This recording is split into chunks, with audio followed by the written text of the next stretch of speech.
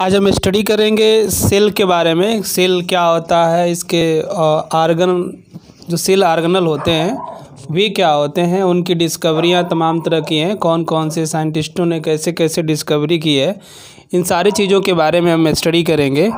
जैसे अगर हम देखते हैं तो जो सेल है, सेल क्या है कि एक लैटिन वर्ड है ना, क्या है, एक ये लैटिन वर्ड है, एक सेल है ना। और लैटिन वर्ड होने के कारण इसका जो मीनिंग्स होता है, इसका मतलब होता है, अगर मीनिंग्स इसका देखें तो इसका मीन्स होता है वैकेंट स्पेस, है ना। क्या होता है, वैकेंट स्पेस, यानी एक खाली डब्बा को कहा गया है वे सेल। लेकिन अगर देखा जाए तो जो सेल की डिस्कवरियां हैं वो किस तरह से हुई है, तमाम तरह से बहुत सारे साइंटिस्टों ने बताया है इसके बारे में, सेल के बारे में, सेल ऑर्गेनेल के बारे में। लेकिन जो सेल की डिस्कवरी का जो श्रेय है वो मेन रूप से जाता है रॉबर्ट हुक को।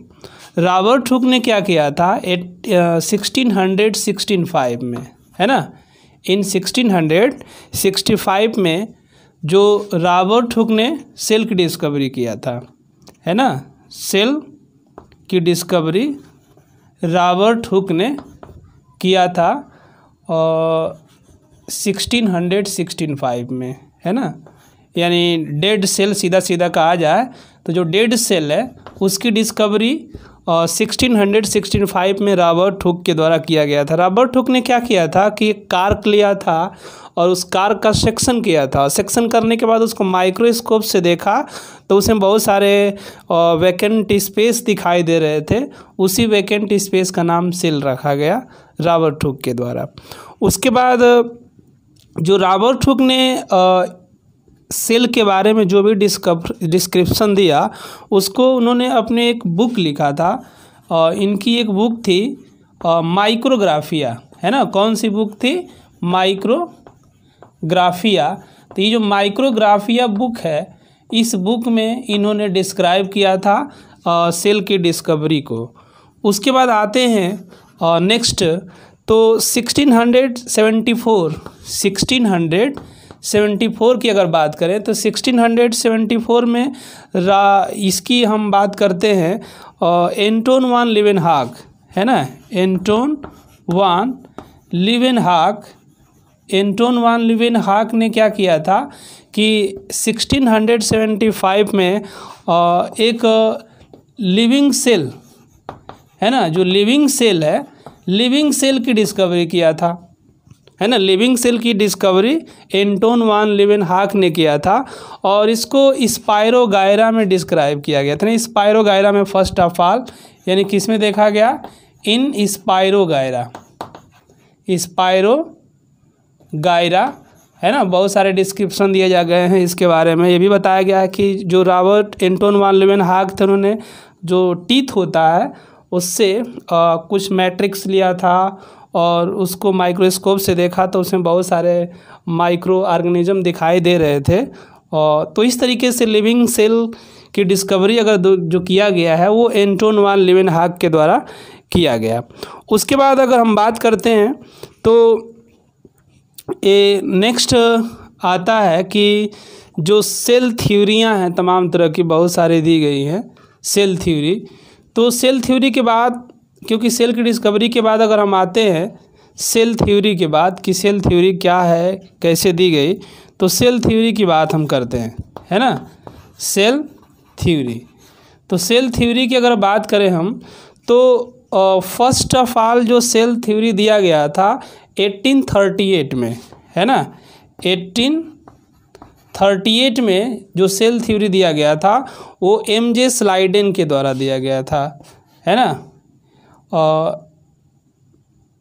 बाई MJ स्लाइडेन, है ना। MJ स्लाइडेन ने क्या किया था कि इसको डिस्कवर किया था, सेल थ्योरी के बारे में कंसेप्ट दिया था, वो भी प्लांट में। किस में किया था, इन प्लांट्स में। तो प्लांट्स में जो डिस्कवरी दी गई थी, सेल थ्योरी दी गई थी, वो 1838 में MJ स्लाइडेन के द्वारा दिया गया था। उसके बाद 1839 की बात अगर करते हैं, 1839 ठीक एक साल बाद जो थियोडर स्वान थे, है ना, थियोडर स्वान, ये थियोडर स्वान की बात करते हैं। तो थियोडर स्वान ने क्या किया था कि एनिमल में, है ना, जंतुओं में सेल थ्योरी के डिस्क्राइब किया था। एनिमल्स में सेल थ्योरी को डिस्क्राइब किया गया था थियोडर स्वान के द्वारा। उसके बाद अगर देखा जाए तो सेल थ्योरी का प्रथम बार जो विचार प्रस्तुत किया गया था वो किसके द्वारा दिया गया था? तो प्रथम बार जो विचार दिया गया था फर्स्ट टाइम 1824 में अगर देखा जाए तो दत्तरोचित है ना, दत्तरोचित ने क्या किया था कि फर्स्ट टाइम सेल थ्योरी के बारे में थिंकिंग किया था, विचार किया था, है ना, यानी फर्स्ट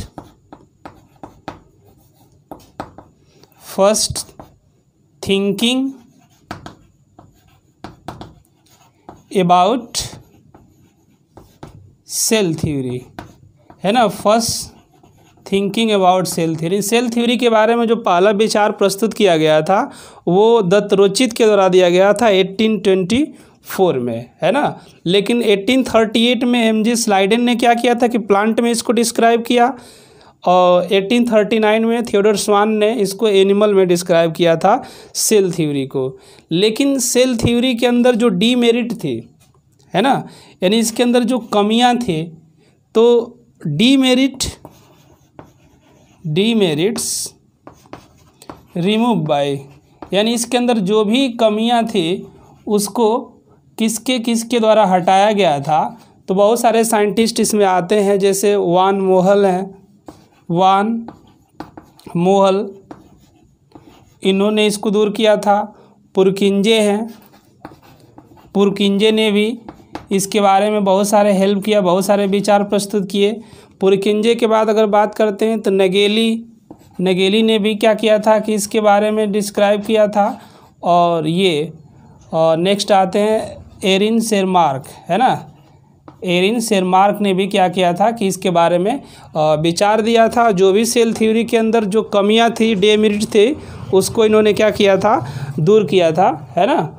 उसके बाद अगर हम बात करते हैं नेक्स्ट कि जो सेल होती हैं, है ना, सेल को आकार के आधार पर डिवाइड किया गया है। तो सेल को आकार के आधार पर डिवाइड करते हैं, तो थोड़ा सा नोट कीजिए इसे।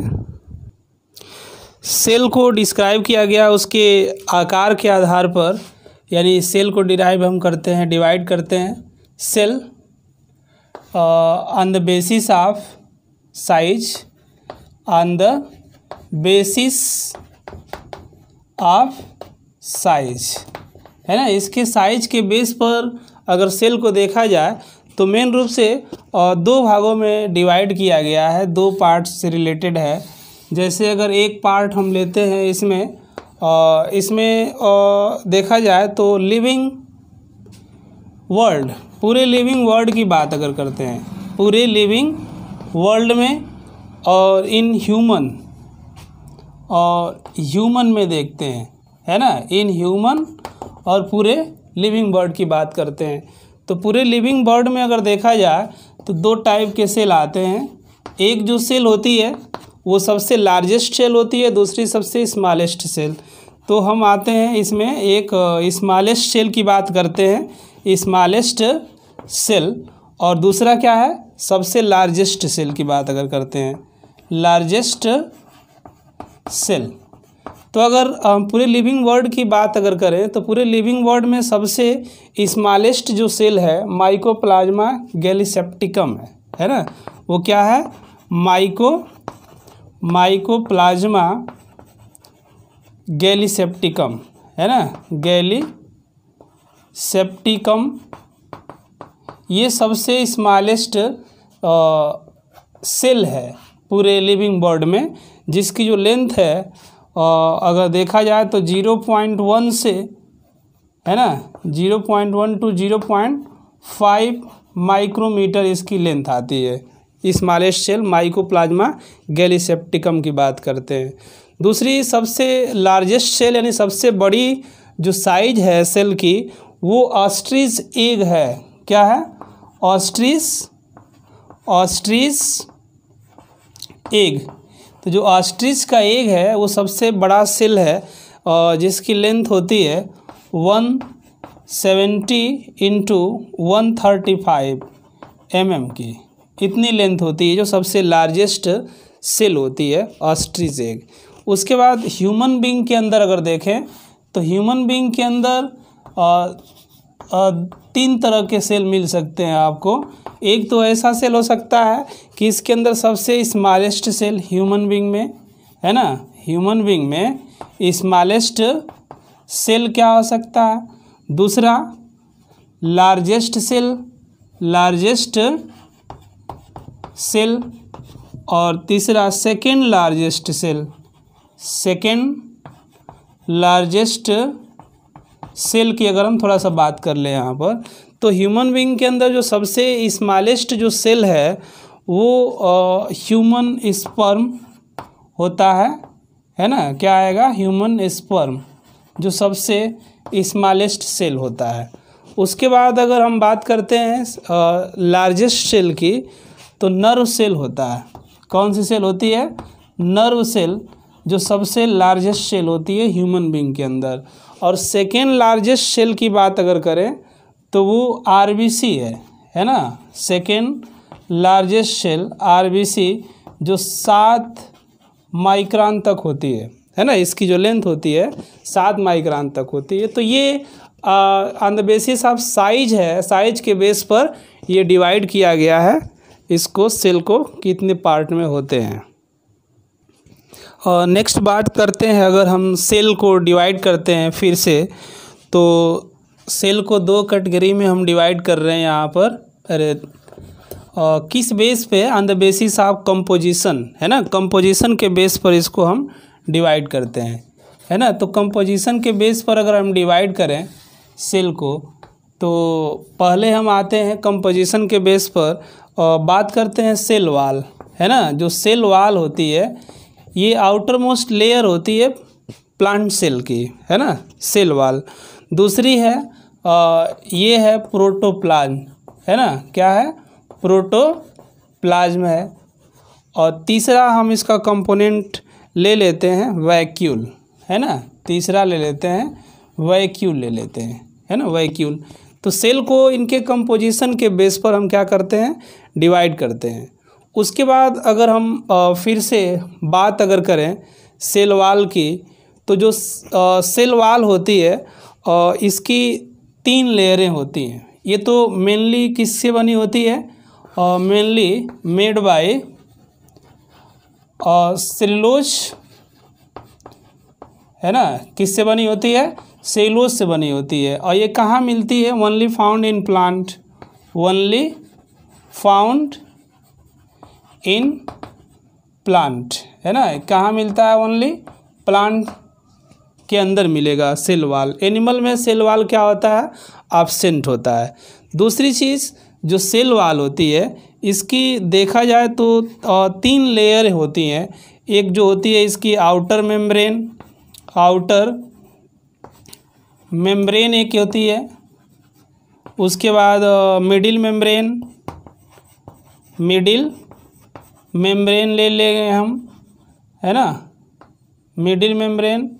और तीसरा हम ले लेते हैं इसका इनर मेम्ब्रेन है ना, इनर मेम्ब्रेन ले ले रहे हैं, इनर मेम्ब्रेन। तो ये 3 मेम्ब्रेन होती हैं सेल वाल के बाद अगर हम बात करें। आउटर मेम्ब्रेन है, मिडिल मेम्ब्रेन है और इनर मेम्ब्रेन है। तो जो इनर मेम्ब्रेन होती है ये पूरी तरीके से सेलुलोजी होती है ना। ये सेलुलोजी होती है पूरी तरीके से जो इनर मेम्ब्रेन होती है। जो मिडिल मेम्ब्रेन होती है वो पेक्टिन प्लस कार्बोहाइड्रेट से बनी होती है। किससे बनी होती है? पैक्टिन प्लस कार्बोहाइड्रेट है ना। किससे बना है? पैक्टिन प्लस कार्बोहाइड्रेट से बना होता है मिडिल मेम्ब्रेन। और उसके बाद आउटर मेम्ब्रेन की अगर हम बात करें तो जो आउटर मेम्ब्रेन है उसमें टिग्निन और सेलुलोज होता है। क्या होता है? टिग्निन अरे सॉरी लिग्निन, है ना, क्या होता है, लिग्निन प्लस सेलुलोज, है ना, लिग्निन प्लस सेलुलोज होता है आउटर मेम्ब्रेन में, lignin plus cellulose, middle membrane में पैक्टिन प्लस कार्बोहाइड्रेट, और इनर मेम्ब्रेन जो होती है पूरी तरीके से सेलुलोज ही होती है। उसके बाद जो मिडिल मेम्ब्रेन होती है उसको मिडिल लैमेला भी कहते हैं। क्या बोलते हैं, मिडिल लैमेला, इसको कहा जाता है। जो मिडिल मेम्ब्रेन है ना, ये वाली खास तौर पर मिडिल लैमेला जिसे हम कहते हैं, तो ये जो मिडिल लैमेला होती है इसमें कैल्शियम पेक्टेट की लेयर पाई जाती है ना, एक लेयर मिलती है कैल्शियम पेक्टेट, है ना, कैल्शियम पेक्टेट लेयर फाउंड, इसके अंदर मिलता है कैल्शियम पेक्टेट की लेयर, इसके अंदर क्या होता है, पाया जाता है। दूसरी बात अगर हम करते हैं प्रोटोप्लाज्म को थोड़ा सा अभी डिस्क्राइब करते हैं, लेकिन प्रोटोप्लाज्म से पहले हम वैक्यूल के पास थोड़ा सा पहुंचते हैं। तो जो वैक्यूल होती है, ये वैक्यूल, तो वैक्यूल आप जान रहे हैं कि प्लांट में बड़ी होती है, प्लांट में इतनी बड़ी होती है कि थोड़ा न्यूक्लियस जो होता है उसको कम जगह मिलता है, यानी थोड़ा सा बेंड हो जाता है, इसके वजह से वैक्यूल की वजह से ज़्यादा एरिया कवर करता है। और जो प्लांट होते हैं उसमें अधिक मात्रा में मिलता है, लेकिन एनिमल में कम मात्रा में पाए जाते हैं वैक्यूल, यानी कम मिलते हैं। जो लोअर मेम्ब्रेन होते हैं, लोअर मेंबर जो होते हैं एनिमल्स के, उसमें मिलता है। जैसे मान लीजिए अमीबा हो गया, पैरामीशियम हो गया, यूग्लिना हो गया, उसमें पाया जाता है ये वैक्यूल। ये ऑस्मो रेगुलेशन का वर्क करता है, ये पता है। वैक्यूल के अंदर क्या होता है, एक तो होता है वैक्यूलर सैप, वैक्यूलर सैप पाया जाता है, और दूसरा हम अगर बात करें इसके अंदर तो टोनोप्लास्ट, इसमें लेयर होती है ना, टोनोप्लास्ट क्या होती है, इसकी लेयर होती है। तो जो टोनोप्लास्ट होती है, ये जो लेयर होती है, ये यूनिट मेम्ब्रेनल होती है, यूनिट मेम्ब्रेनल। यूनिट मेम्ब्रेनल की बात करें तो मतलब ये है कि इसके पास एक ही मेम्ब्रेन होती है वैक्यूल के। इसके अंदर बहुत सारे डाइजेस्टिव एंजाइम भी पाए जाते हैं, फिर डाइजेस्टिव साल्ट भी पाए जाते हैं वैक्यूल के अंदर, है ना। तो ये वैक्यूल की बात अगर हम लोग कर लिए। वैक्यूल के बाद हम स्टडी करते हैं प्रोटोप्लाज्म में, है ना, प्रोटोप्लाज्म में स्टडी करते हैं वैक्यूल के बाद। नेक्स्ट आते हैं प्रोटोप्लाज्म जो पार्ट है, इसके बारे में देखते हैं। तो प्रोटोप्लाज्म के दो पार्ट मेनली रूप से हैं। एक देखा जाए इसका पार्ट प्रोटोप्लाज्म का, तो वो क्या है, साइटोप्लाज्म है ना, क्या है, साइटोप्लाज्म है। और दूसरा इसके अंदर क्या रहता है, न्यूक्लियस रहता है ना, न्यूक्लियस पाया जाता है इसके अंदर, प्रोटोप्लाज्म के अंदर। लेकिन थोड़ा हम प्रोटोप्लाज्म के बारे में अगर बात करें, प्रोटोप्लाज्म के बारे में, तो एक साइंटिस्ट है जोहान्स पुरकिंजे, है ना, जोहान्स पुरकिंजे की बात अगर करें, जोहान्स पुरकिंजे, और इन्होंने क्या किया था कि 1814 में प्रोटोप्लाज्म टर्म दिया था, है ना, गिव टर्म प्रोटोप्लाज्म, है ना, यानी प्रोटोप्लाज्म इन्होंने क्या किया था, टर्म दिया था। और प्रोटोप्लाज्म जो टर्म दिया गया था वो 1840 में था, है ना, इन 1840 में इन्होंने क्या किया था, जोहान्स पुरकिंजे ने टर्म दिया था प्रोटोप्लाज्म। दूसरी चीज़ अगर बात करते हैं ह्यूगो वान मोहल, है ना, यानी ह्यूगो वान मोहल की बात अगर करते हैं, तो ह्यूगो वान मोहल ने क्या किया था कि फर्स्ट टाइम प्रोटोप्लाज्म का जो इम्पोर्टेंस है, महत्व है, उसको बताया था इन लिविंग सेल में, है ना। एक्सप्लेन इम्पोर्टेंस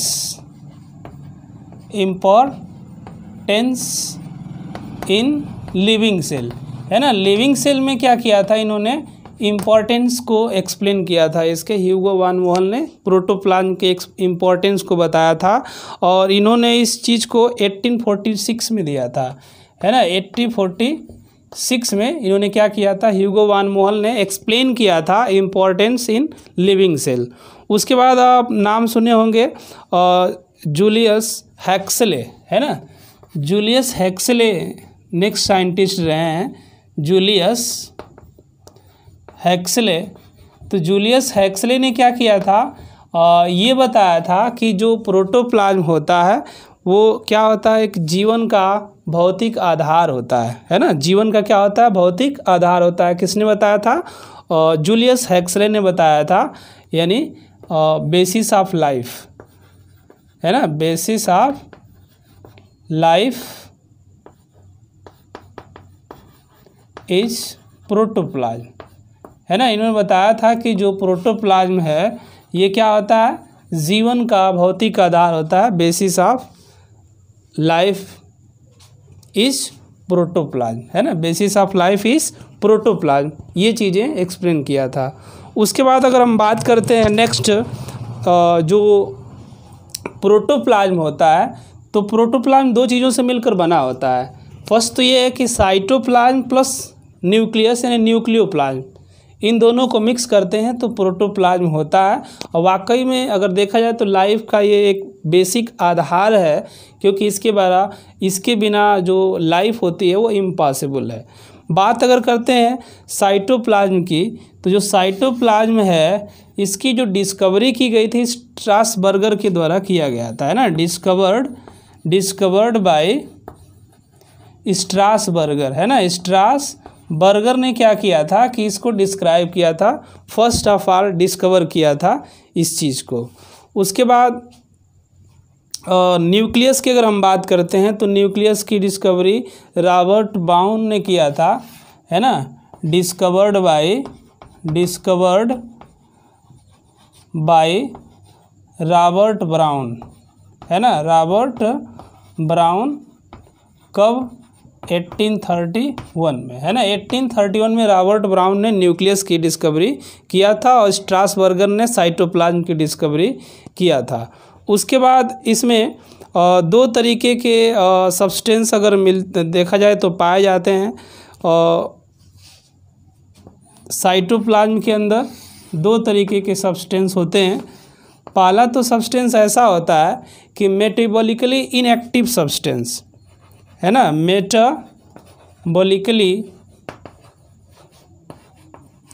इनएक्टिव सब्सटेंस, है ना। मेटाबॉलिकली इनएक्टिव सब्सटेंस है।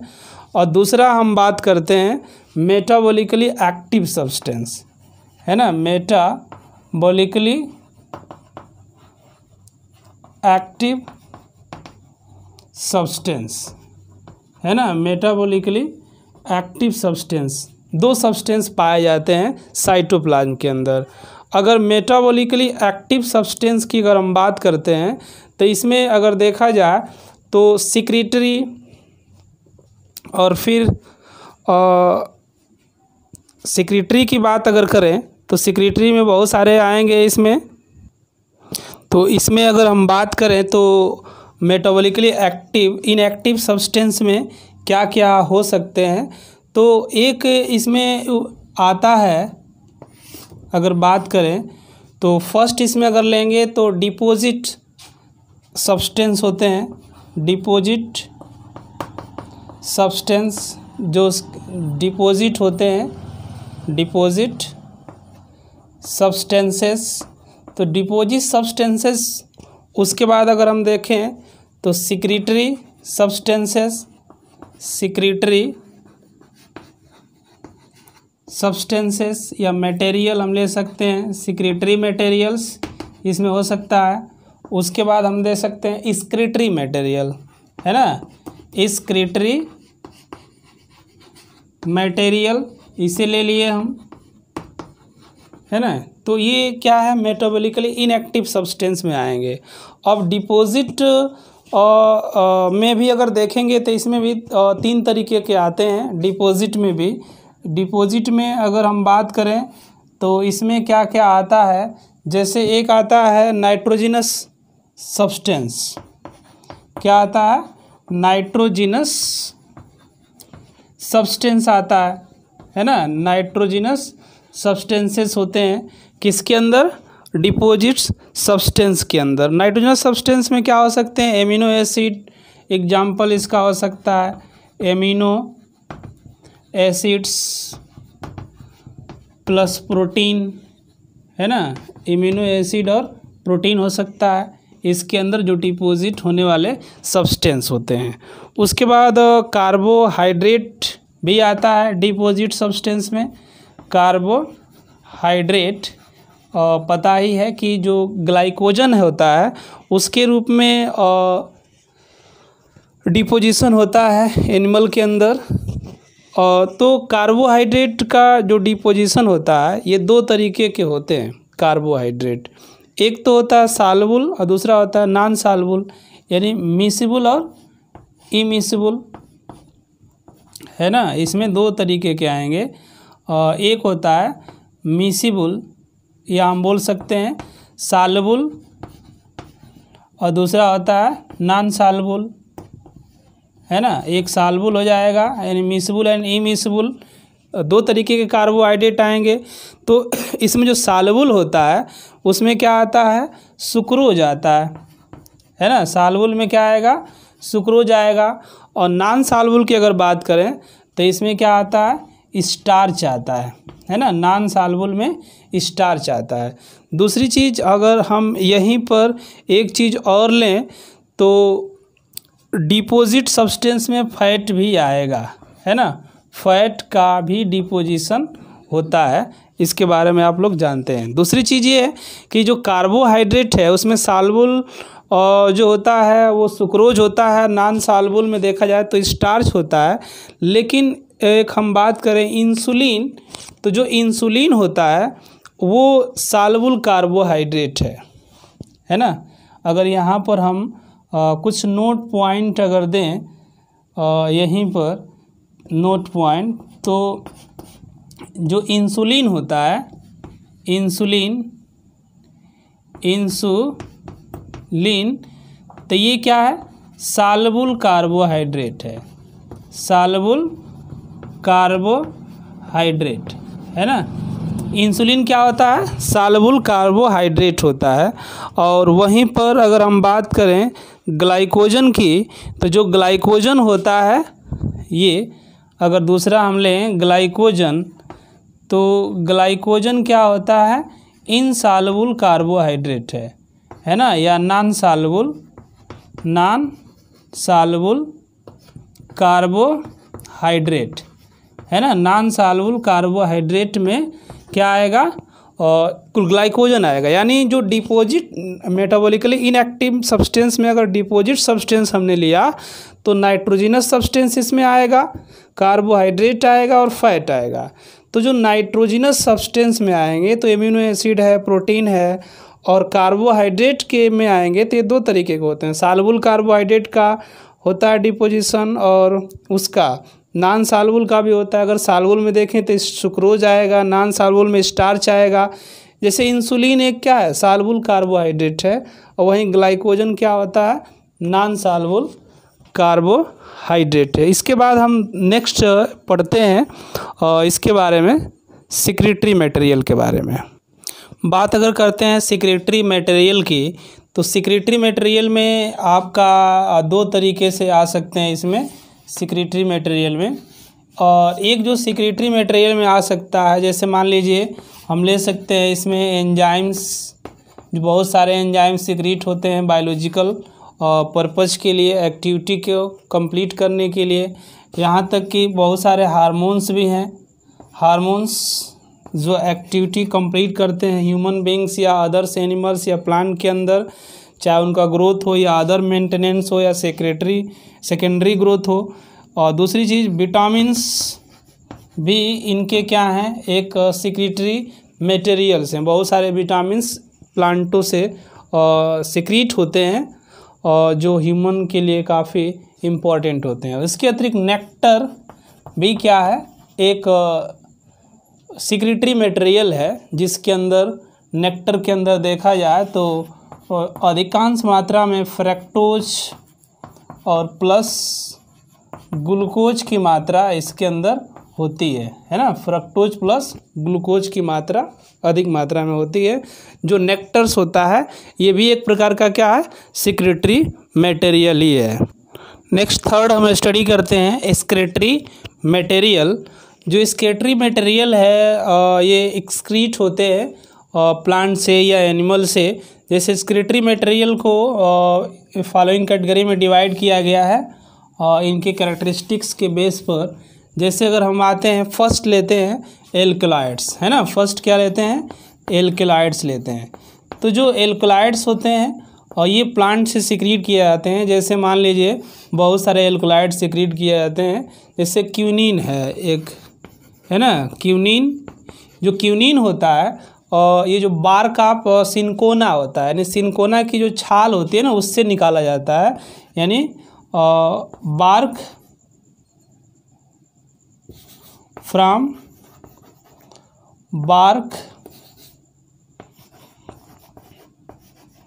ऑफ सिनकोना प्लांट, है ना। सिनकोना जो प्लांट होता है उसके बार्क से सिक्रीट होता है।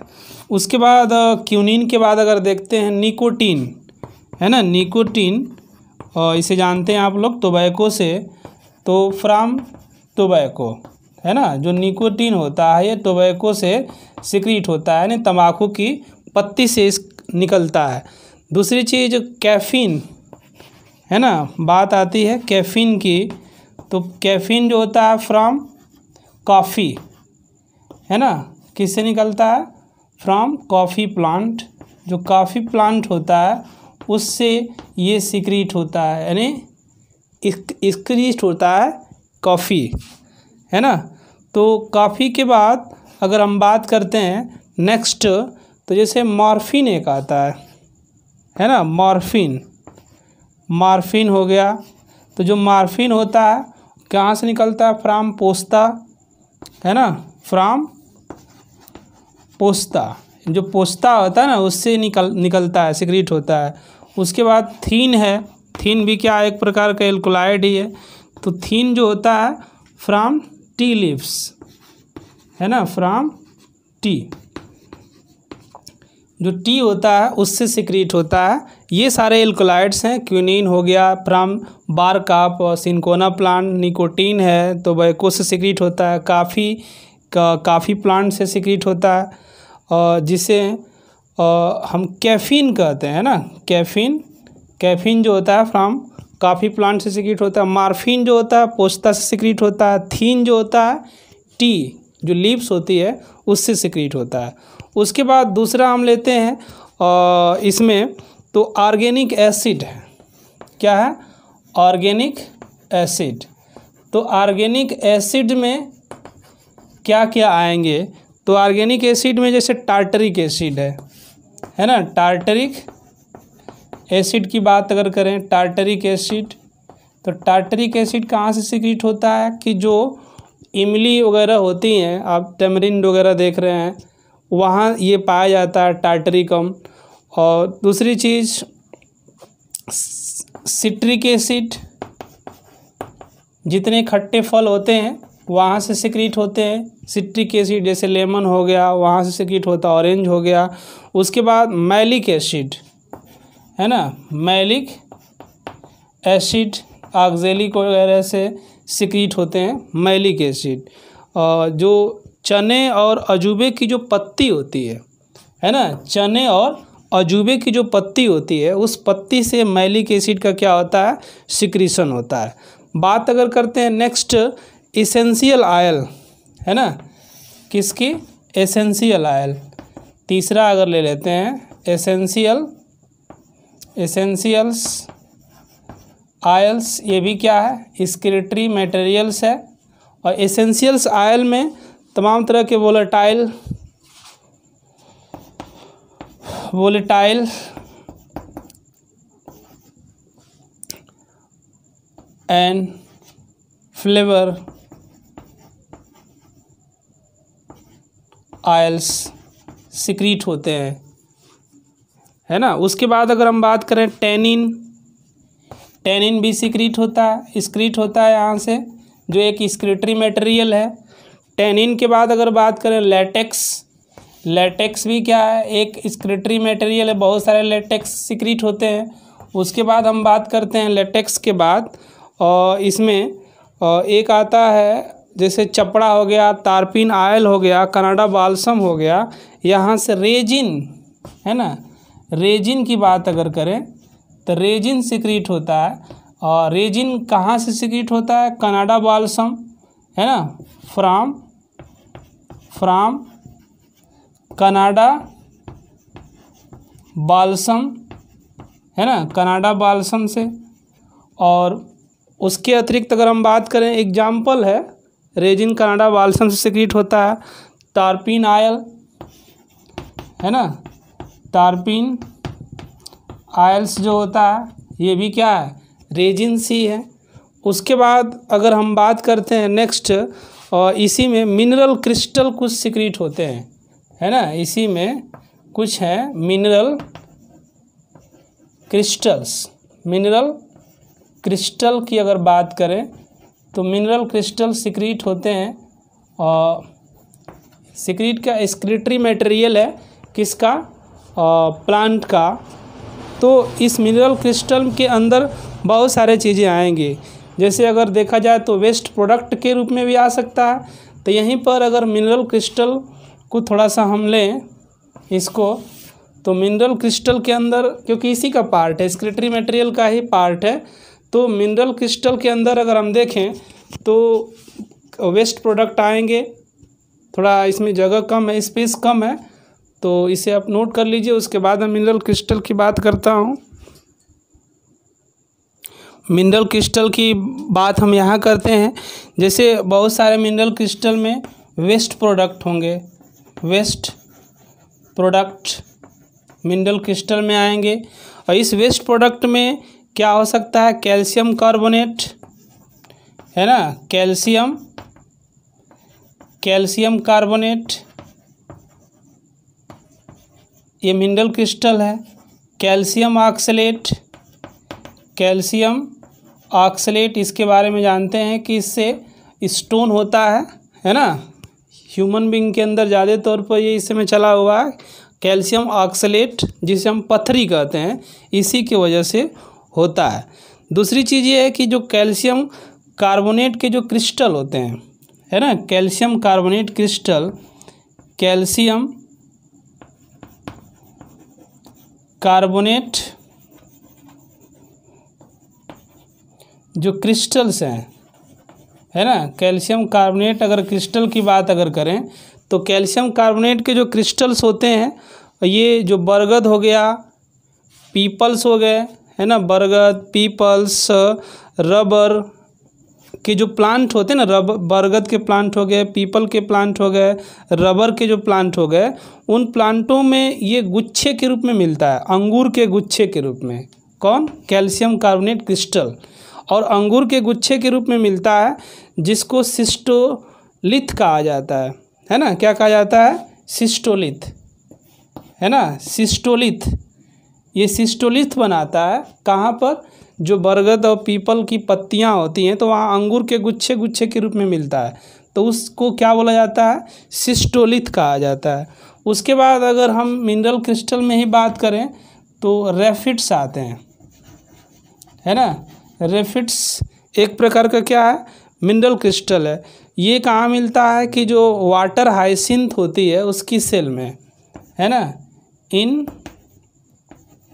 वाटर हाइसिंथ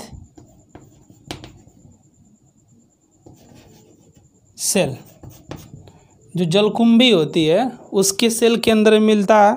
जो अरवी की जो पत्ती होती है ना, अरवी की पत्ती में भी रेफाइट्स पाए जाते हैं। यहाँ तक कि स्फेरिफाइट एक होता है ना, स्फेरिफाइट मिनरल क्रिस्टल ही है, स्फेरिफाइट, है ना, स्फेरिफाइट्स दूसरा ले लिए मिनरल क्रिस्टल। तो जो स्फेरिफाइट्स होता है, और ये स्टार के आकृति के होते हैं, जो ल्यूमन वगैरह में पाए जाते हैं स्फेरिफाइट्स। उसके बाद पिस्टिया इसके फिलोक्लेड है ना, ये कहाँ मिलेगा? इन पिस्टिया फिलोक्लेड है ना। पिस्टिया का जो फिलोक्लेड होता है वहाँ पर स्फेरिफाइड मिलता है। और जो पेटियोल होता है पपीते का, पपाया पेटियोल है ना, इन पपाया पेटियोल। तो जो पपाया होता है उसके पेटियोल यानी पर्णवृंत में पाया जाता है स्फेरिफाइड, और पिस्टिया के फिलोक्लेड में स्फेरिफाइड ये मिलते हैं। तो ये सब मिनरल क्रिस्टल हैं, एक्सक्रीटरी मटेरियल हैं। हम बात करते हैं मेटाबॉलिकली एक्टिव ऑर्गेनल्स, इसके अंदर क्या मिलते हैं और साइटोप्लाज्म के अंदर, क्योंकि अभी तक हम साइटोप्लाज्म के अंदर मेटाबॉलिकली इनएक्टिव सब्सटेंस के बारे में पढ़ रहे थे, और मेटाबॉलिकली एक्टिव सब्सटेंस क्या क्या है इसके अंदर, इस चीज़ को देखते हैं। तो फर्स्ट अगर हम देखें मेटाबॉलिकली एक्टिव ऑर्गेनल में, जैसे एक सेंट्रोसोम होता है ना, सेंट्रोसोम की अगर बात करें तो ये मेटाबॉलिकली एक्टिव सब्सटेंस होता है, जिसकी डिस्कवरी है ना डिस्कवर्ड बाय टी बॉवेरी है ना। टी बॉवेरी ने इसको क्या किया था? डिस्कवर किया था। किसको? सेंट्रोसोम को इन 1888 है ना, 1888 में इसको डिस्कवरी किया गया था। सेल डिवीजन में पार्टिसिपेट होता है सेंट्रोसोम है ना, पार्टिसिपेट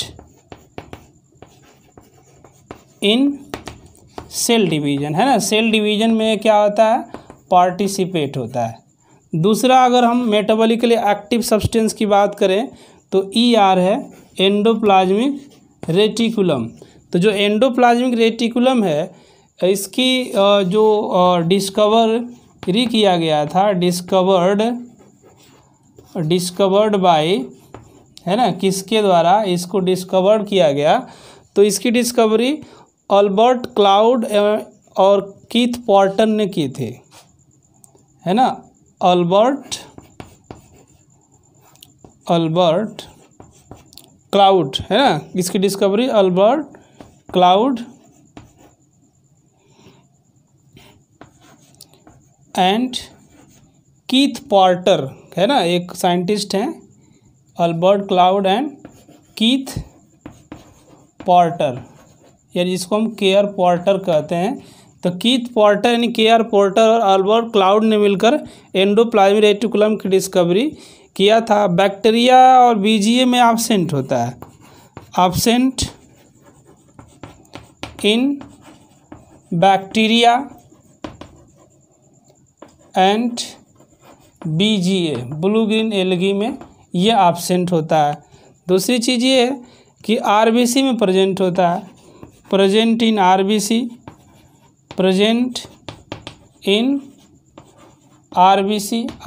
के अंदर एंडोप्लाज्मिक रेटिकुलम प्रेजेंट होता है। जो एंडोप्लाज्मिक रेटिकुलम होता है इसके दो टाइप्स होते हैं, इसके एक होता है स्मूथ एंडोप्लाज्मिक रेटिकुलम और एक जो होता है रफ एंडोप्लाज्मिक रेटिकुलम।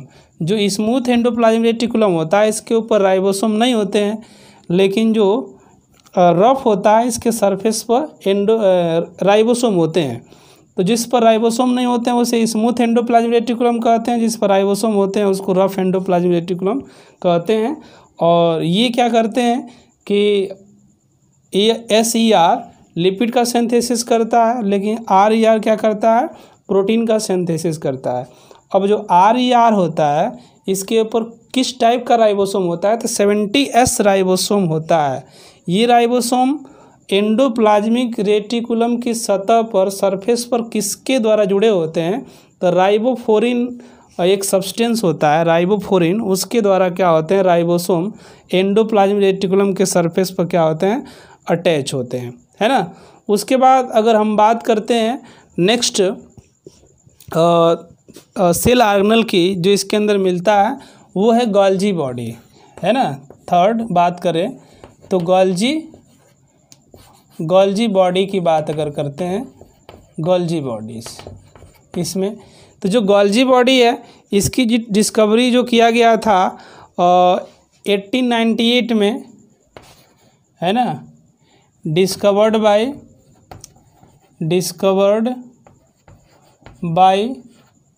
कैमिलो गाल्जी और इन 1898 में, है ना, कब डिस्कवर किया गया था? 1898 में इसकी डिस्कवरी की गई थी गाल्जी बॉडी की, और इसके लिए नोबेल प्राइज़ दिया गया था। नोबेल प्राइज़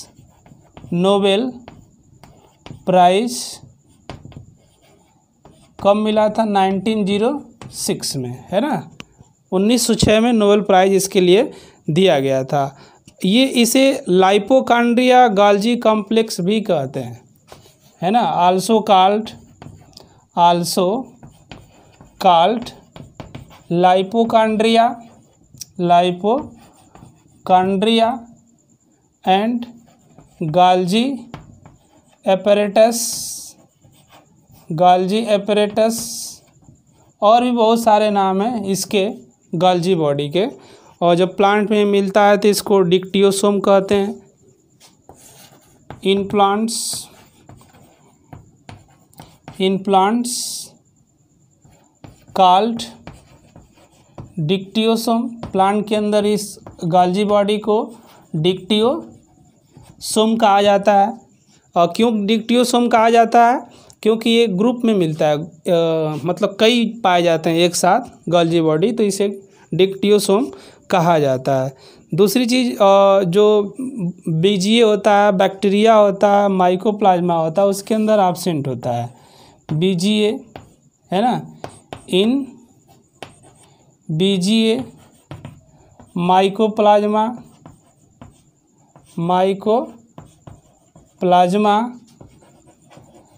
एंड बैक्टीरिया, है ना, इनके अंदर जो होता है एब्सेंट होता है ना, इसमें नहीं मिलता है। बीजीए के अंदर, माइकोप्लाज्मा के अंदर और बैक्टीरिया के अंदर जो गाल्जी बॉडी होती है वो नहीं पाई जाती है। बात अगर नेक्स्ट करते हैं और लाइसोसोम की अगर देखा जाए, है ना, लाइसोसोम्स की अगर बात करें तो जो लाइसोसोम अगर अगला सेल ऑर्गेनेल है, इसकी डिस्कवरी डी डुबे ने किया था 1955 में, है ना, डिस्कवर्ड बाय डी डुबे और डी डुबे ने इसकी डिस्कवरी 1995 में किया था।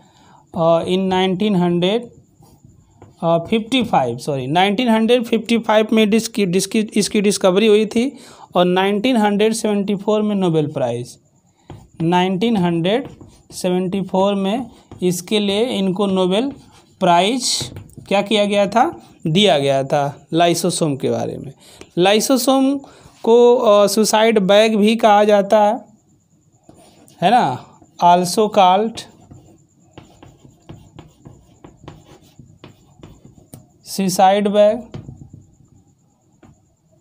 है ना, आल्सो का सुसाइड बैग भी इसको कहा जाता है। आत्मघाती थैली भी इसे कहते हैं, क्योंकि इसके अंदर बहुत सारे डाइजेस्टिव और एंजाइम होते हैं, डाइजेशन में हेल्प करता है।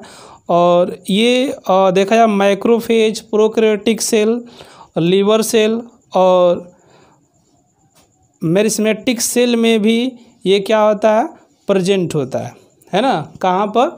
माइक्रोफेज अगर देखा जाए, माइक्रोफेज में अगर देखें, दूसरी चीज़ प्रोकैरियोटिक सेल में देखें, लीवर सेल में देखें और मेरिस्मेटिक सेल में देखें, तो वहाँ पर भी लाइसोसोम क्या होता है? पाया जाता है।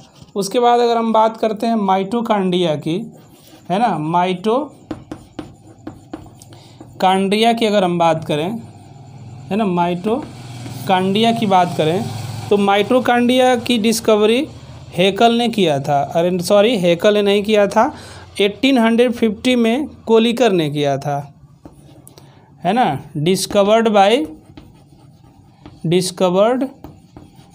बाय कोलिकर, है ना। कोलिकर ने माइटोकांड्रिया की डिस्कवरी किया था, और किस में 1850 में 1850 में क्या किया था, नहीं 1850 ईस्वी में इन्होंने डिस्कवर किया था माइटोकॉन्ड्रिया की, है ना। वो कहाँ डिस्कवर किया था कि जो स्ट्रिएटेड मसल्स होती हैं और जो कीटों की स्ट्रिएटेड मसल होती हैं ना, कीटों की रेखित जो पेशियां होती हैं वहाँ पर इन्होंने क्या किया था, डिस्कवर किया था इन स्ट्रिएटेड मसल, है ना, of insect, in striated muscles of insect, है ना। जो इंसेक्ट के स्ट्रिएटेड मसल्स होते हैं उसमें माइटोकॉन्ड्रिया की डिस्कवरी किया गया था। उसके बाद अगर हम बात करें रिचर्ड्स अल्टमान ने इसे बायोप्लास्ट नाम दिया, bioplast term by Altmann, Richard या आर अल्टमान कह सकते हैं, है ना। आर अल्टमान के द्वारा इसको बायोप्लास्ट नाम दिया गया था 1890 में, है ना। कब नाम दिया गया था, 1890, यानी 1890 में इसे बायोप्लास्ट कहा गया। उसके बाद 1897 में माइटोकॉन्ड्रिया टर्म दिया गया था, माइटोकॉन्ड्रिया टर्म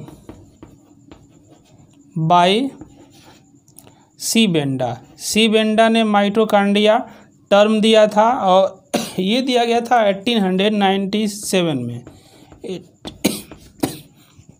1897 में माइटोकॉन्ड्रिया टर्म दिया गया था ना। माइटोकॉन्ड्रिया की डिस्कवरी कोलिकर ने किया था 1850 में। स्ट्रिएटेड मसल ऑफ इंसेक्ट और बायोप्लास्ट जो टर्म है आर अल्टमान ने दिया गया था के द्वारा दिया गया था 1890 में, और माइटोकॉन्ड्रिया जो टर्म है सी बेंडा के द्वारा दिया गया था 1897 में। माइटोकॉन्ड्रिया का बहुत बड़ा रोल है, ये जानते हैं कि ऊर्जा का प्रोडक्शन माइटोकॉन्ड्रिया के अंदर होता है।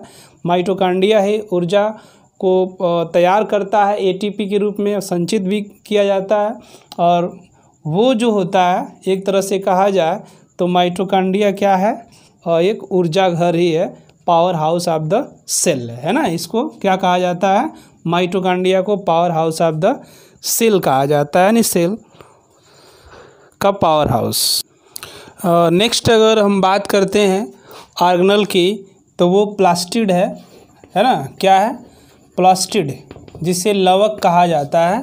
तो जो प्लास्टिड है मेनली रूप से प्लांट के अंदर मिलता है। इसकी डिस्कवरी जो की गई थी, है ना, डिस्कवर्ड बाय हेकल।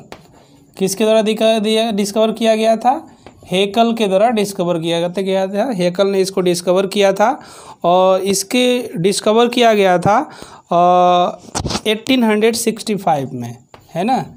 1865 में हेकल ने इसको डिस्कवर किया था।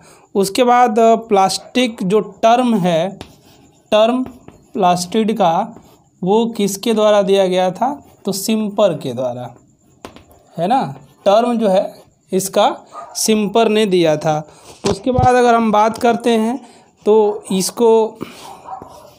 इसके टाइप्स होते हैं, ये 3 टाइप्स में बढ़ जाता है। एक जो होता है इसका ल्यूकोप्लास्ट होता है, ये वहाँ पाया जाता है जहाँ सन का प्रकाश नहीं जाता है। और दूसरा जो होता है क्रोमोप्लास्ट होता है, क्रोमोप्लास्ट, ये पत्तियों का ग्रीन पार्ट छोड़कर बाकी सभी जगहों पर पाया जाता है क्रोमोप्लास्ट। और तीसरा होता है इसका क्लोरोप्लास्ट। इसी क्लोरोप्लास्ट की वजह से जो पत्तियां होती हैं वो क्या होती हैं, ग्रीन होती हैं। उसके बाद बीजी और फंजाई में एब्सेंट होता है ना, absent in BGA and fungi, है ना। जो फंजाई होता है और बीजीए होता है उसके अंदर ये क्या होता है, एब्सेंट होता है। उसके बाद अगर हम बात करते हैं दूसरा नेक्स्ट राइबोसोम के बारे में हम बात करते हैं, है ना। राइबोसोम्स के बारे में बात करते हैं। तो अगर राइबोसोम के बारे में हम बात करें तो राइबोसोम को बेसोफिल और न्यूक्लिक एसिड की संयुक्त कणों के रूप में सबसे पहले एक एसी क्लाउड ने इसको क्या किया था, है ना, किसको, एसी क्लाउड इन 1943 एसी क्लाउड इन 1943 में। तो एसी क्लाउड ने क्या किया था कि 1943 में इसको कलेक्ट किया गया था बेसोफिल और न्यूक्लिक एसिड के संयुक्त के रूप में, है ना। बेसोफिल्स प्लस न्यूक्लिक एसिड, है ना। न्यूक्लिक एसिड और बेसोफिल्स का संयुक्त पार्ट के रूप में राइबोसोम को इन्होंने कलेक्ट किया था और इस कणों को देखा एंड टर्म, है ना। एसी क्लाउड ने क्या किया था 1943 में बेसोफिल प्लस न्यूक्लिक एसिड युक्त कणों को देखा, तो इन्होंने इसका नाम पहली बार माइक्रोसोम रखा and gave term microsome first time, है ना। फर्स्ट टाइम इन्होंने क्या किया था, इसका नाम माइक्रोसोम रखा, है ना, राइबोसोम का। उसके बाद रॉबिन्सन और ब्राउन ने इन कणों को 1943 में सेम की जड़ों में देखा था। Robinson and brown, Robert brown, है ना। साइन जो सेम होता है ना, बीन रूट यानी जो सेम की जो जड़ें होती हैं उसके अंदर क्या किया था इन्होंने देखा था, रॉबिन्सन और ब्राउन ने इसको, और पैलाडे ने इसे पृथक किया था, सेपरेट किया था। देखा गया था 1953 में, है ना। सेपरेटेड बाय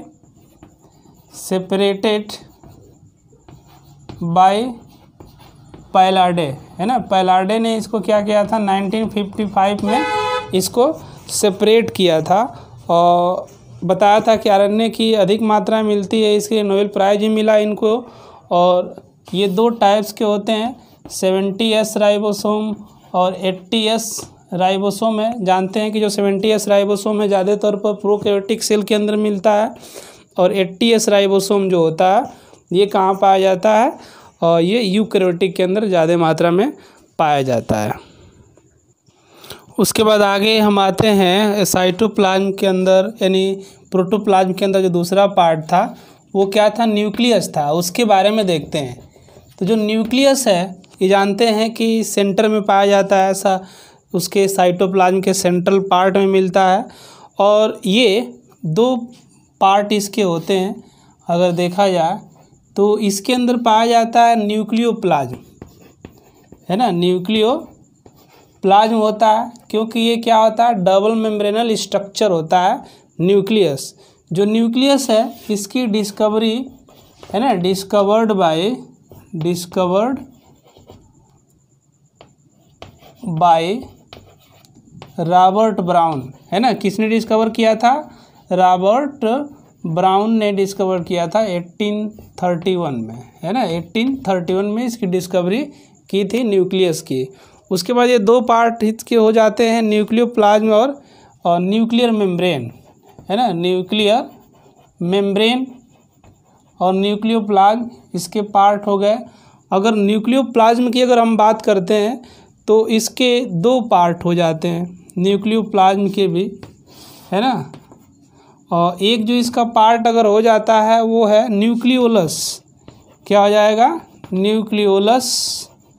और जो दूसरा इसका पार्ट होगा वो क्रोमेटिन थ्रेड, क्या होगा, क्रोमेटिन थ्रेड हो जाएगा दूसरा इसका पार्ट। तो थोड़ा सा यहाँ पर आते हैं कि जो न्यूक्लियस है, क्योंकि न्यूक्लियस की डिस्कवरी रॉबर्ट ब्राउन ने किया था, न्यूक्लियोलस की डिस्कवरी, है ना, डिस्कवर्ड बाय बोमैन। किसके द्वारा डिस्कवर किया गया था, बोमैन के द्वारा इसको डिस्कवर किया गया था। और इसका जो टर्म है फोंटाना ने दिया है, न्यूक्लियोलस जो टर्म है वो फोंटाना ने दिया था इस टर्म को, है ना। फोंटाना ने नाम रखा था इसका न्यूक्लियोलस, लेकिन डिस्कवरी बोमैन के द्वारा की गई है। वहीं क्रोमेटिन थ्रेड की बात करते हैं तो क्रोमेटिन थ्रेड को किसने देखा था, तो फर्स्ट सीन बाय नगेली, है ना, नगेली ने इसको पहली बार देखा था। और उसके बाद क्रोमेटिन इसका नाम फ्लेमिंग ने रखा था। Term chromatin given by Fleming, है ना, फ्लेमिंग ने इसका टर्म क्या रखा था, क्रोमेटिन थ्रेड रखा था। और बताया था कि ये सेल डिवीजन में क्या होता है, पार्टिसिपेट होता है। उसके बाद इसको ये 1850 में दिए थे, है ना, टर्म क्रोमेटिन, और बताया कि ये 2 टाइप के होते हैं। उसके बाद, है ना, ये बताए थे कि 2 पार्ट होते हैं इसके। एक जो होता है यू क्रोमेटिन होता है, यू क्रोमेटिन, और दूसरा इसका पार्ट होता है हेट्रोक्रोमेटिन, है ना, हेट्रोक्रोमेटिन ये होता है। तो उसके बाद फ्रेडरिक मिक्सचर आते हैं। फ्रेडरिक मिक्सचर ने बताया था कि जो यू क्रोमेटिन होता है एक्टिव है ना, यू क्रोमेटिन क्या होता है, एक्टिव। किसने कहा था, फ्रेडरिक मिक्सचर ने कहा था। तो इसका मतलब कि जो क्रोमोसोम की डिस्कवरी है वो फ्रेडरिक मिक्सचर के द्वारा ही हुआ है, क्योंकि यू क्रोमेटिन ने बताया, फ्रेडरिक मिक्सचर ने बताया था कि जो यू क्रोमेटिन एक्टिव होता है यही जेनेटिक मटेरियल को उनके एक जनरेशन से दूसरे जनरेशन में क्या करता है, ट्रांसफ़र करता है। और टर्म जो क्रोमोसोम है ना, इसका मतलब कि क्रोमोसोम और डिस्कवर्ड बाय फ्रेडरिक मिक्सचर, है ना, chromosome discovered by Friedrich Miescher और टर्म गिवन बाय वाल्डेयर, है ना, यानी जो क्रोमोसोम टर्म है वो वाल्डेयर के द्वारा दिया गया था। उसके बाद डीएनए जो टर्म है, डीएनए की डिस्कवरी, क्योंकि डीएनए कहाँ पे मिलता है, क्रोमोसोम में मिलता है, जो एक वो न्यूक्लियोटाइड है डीएनए। और डीएनए जो होता है वाटसन और क्रिक ने बताया था, डबल हेलिक्स मॉडल दिया था। तो इस तरीके से ये पूरा सेल के बारे में बताया गया। अगर ये वीडियो आप लोगों को पसंद आए तो इसे शेयर ज़रूर करें और कमेंट में लिखें कैसा है, उसके अकॉर्डिंग मैं और अच्छी वीडियो दूंगा आपको। थैंक्स।